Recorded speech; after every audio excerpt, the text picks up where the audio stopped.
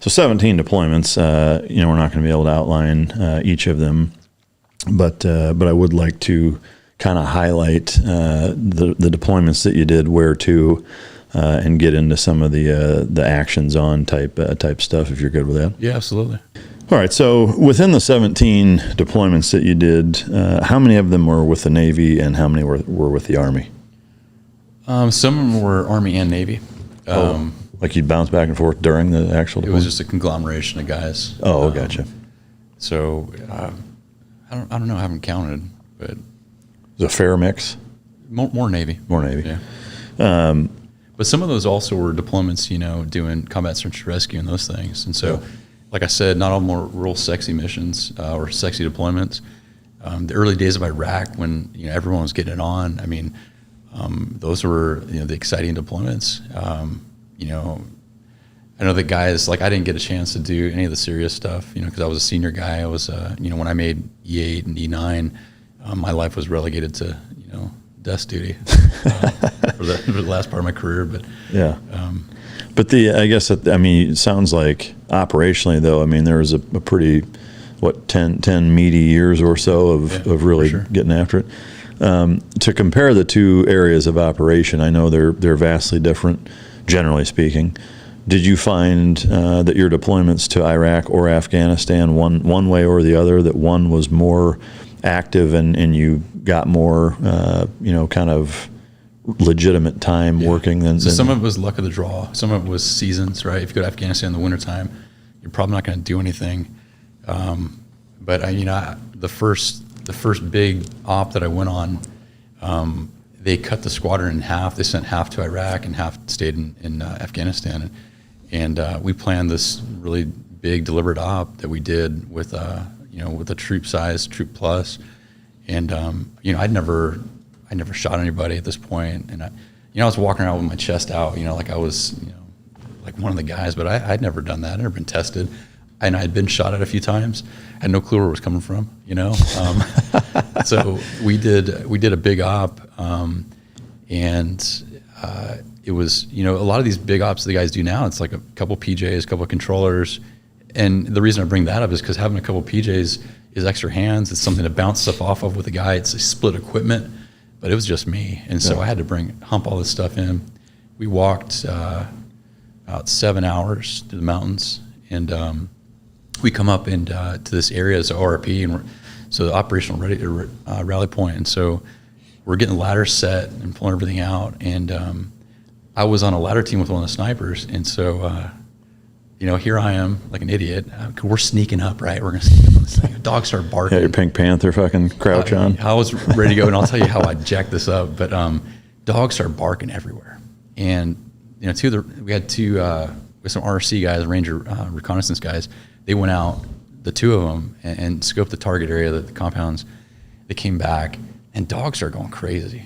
It started with a few dogs, and it turned into like thousands of dogs. It sounded like a dog kennel. Yeah. And I guess they could just smell us, because we obviously smelled way different.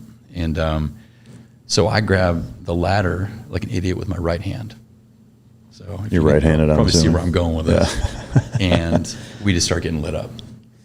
And here I am holding this ladder with my right hand. I can't do nothing. So I was like, well, I guess we're walking.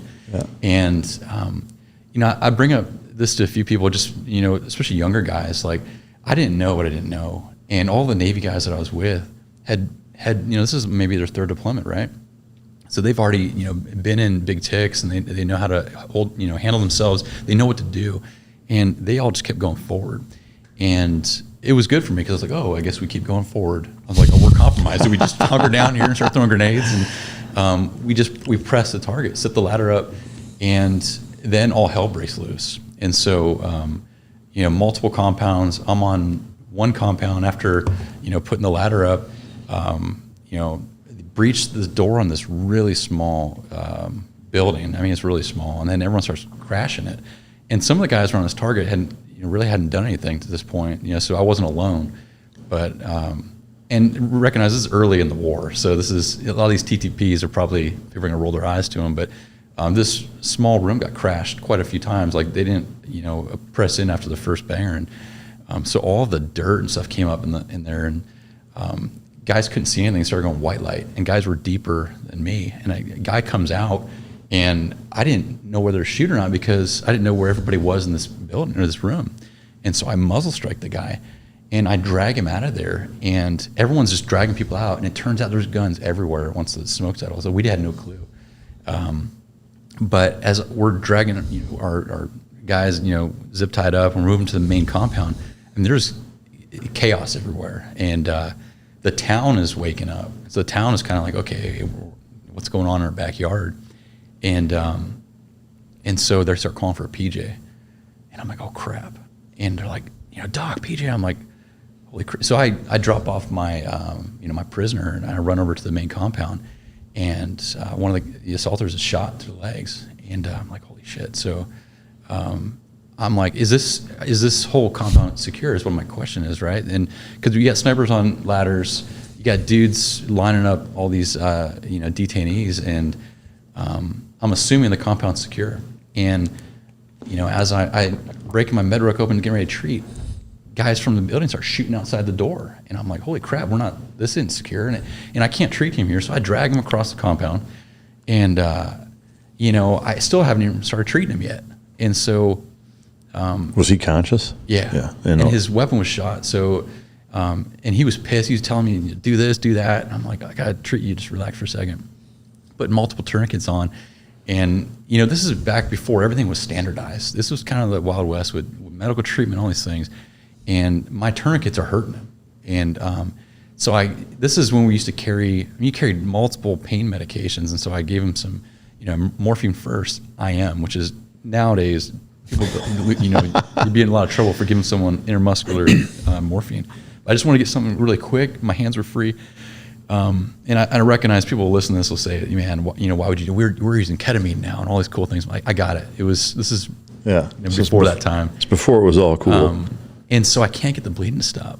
And so he had been shot between his tib fib, and so he was bleeding out between there, which I later found out was compartment syndrome. And really, our guys weren't trained to treat that back then. And since then, guys are doing what they call fasciotomies. You basically cut through the muscle and let all that tissue expand, and so it doesn't cut off your or create nerve damage in those things. And here I'm doing the best I can, but the compound's still unsecure.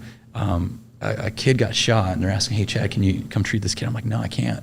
Meanwhile, another guy comes up to me, another SEAL, got shot in the head, and he's like, "Chad, I got shot in the head." I'm like, how the fuck are you telling me that? I'm like, maybe sit down. And I take his helmet off and shot the front of his head and stuck it in the back of his helmet. And I'm like, holy crap. And I check his skull's good. I'm like, I guess keep clearing. I mean, there's nothing I can do for you. And, so he goes off, and he also sprained his ankle. So he was complaining about his sprained ankle. I'm like, you got shot in the head, man. It's like, that's a big deal. And then it just more, calamities on this target. And so I end up breaking down one of the flags on this this compound, and using it as a splint because I was carrying polus litters, which are litters that are really hard to carry, but I had to go light because we're humping through the mountains. And I finally get some pain meds on. I've got the bleeding managed, but I know he's got compartment syndrome. I can feel it, how tight his calf is. Can you explain what that is real quick? It's so between two bones. You can bleed out in between those two bones, and you can't put pressure on it because it's between the two bones, so it protects the circulation. So like you bleed out internally. So you bleed inside those big cavities, and if you don't cut that fascia open and let it kind of expand out, it basically becomes a tourniquet internal, to you. And so, like I said, it will create tissue death, nerve damage, all those things. And so.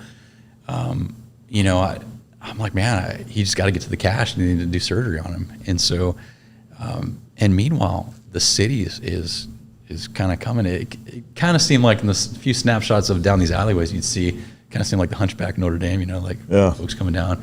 And the controller, we had, one CAS asset, AC-130, and he's calling 40 millimeter, holding him back with it. And he hasn't, he hasn't gone, lethal with any of his rounds yet, but he's just doing warning rounds. And here we have this 47 inbound come across the, the area we're at, and they're all hyped up, right? And so I've got casualties, multiple casualties, and they came in very close to putting that thing down on top of us. Wow. So I remember laying on top of this guy, trying to hold him off the rotor wash mostly, but I was like, holy crap, this thing's going to crush us. And get on the back of that, we take him back. But this was the first moment that I had where I knew this compound's shooting at us. I knew what I was supposed to do because of the people around me. And so you're learning the moment. But candidly, man, like I wasn't good at this point. This is still me learning and in my development in 2004. And so now I'm starting to realize, okay, if they shoot at me, I can shoot back, right? I'm not going to get in trouble. Yeah. I also started to realize, hey, what do I need to carry? And this turned into a mass casualty for me by myself. And so how do I need to, prepare for this? And so it was probably one of the biggest lessons learned for me. And so the subsequent deployments, when the shooting started, was a lot easier for me. I was like, okay, I know what I'm able to do. I know how to maneuver with these guys now. And it's really hard to teach that in training. Yeah. I thought I knew. Yeah. Candidly, I did. I thought I was better than I was. Yeah, no, I remember the very first time we did something real world and the difference between what the action's on when it was real, clearing rooms, versus everything I'd done in training for years up to that point was vastly different. Mm-hmm. Vastly different. It was way faster. It was a lot sloppier, and it was just super dynamic and fucking chaotic. But the principles remained largely the same, but it was a huge learning curve, as well. Going back to that first kind of interaction, you had the two casualties that you talked about. Were there more than that?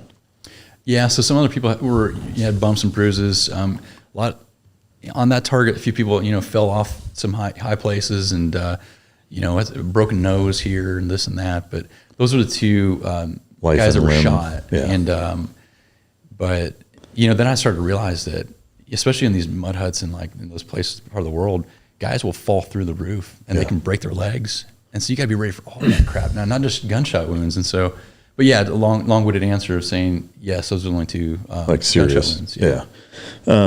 Is there a point at which, and maybe it's more standardized now, or I'm assuming it is than it was then, but is there at this point, casualty number-wise, where now I need one of the corpsmen, if there are? I mean, I'm assuming there's backup corpsmen or something. Like, is there a point at which, hey, I need fucking so-and-so to come help because there's that many dudes? I think on that target, I think subsequent missions and deployments, yes. On that one, there was a lot of shooting going on that target. Yeah. And I think everyone was just kind of, going Wayne Grove and getting it on. And it's not really a sexy thing to be treating a casualty covered in blood. It's not where guys want to be. But what I started to realize is that all eyes are on you though when you're treating, and sure. especially if it's another team guy, and it's like, hey, fix it. Yeah. That's a whole nother level of stress in a combat environment. You're already you're nervous about what's going to happen in this op and all those things, but now it's like you got to perform and everyone's watching everything you do.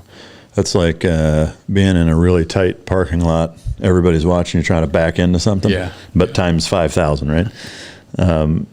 Do you know about how many enemy personnel were on that target, roughly? I mean, I know it's probably seemed like fucking 1,000, but so they said 30. 30. That's what they said. And how many? I don't know if that was accurate though, because when you debrief, that's the funny thing about that debrief. You start tallying up all the numbers of everybody, killed this many people, and you're like, man, there's like 150 people there tonight. There's probably like 6. Yeah. So I mean, ultimately, was the mission considered successful? Yeah, it was disruptive. Yeah.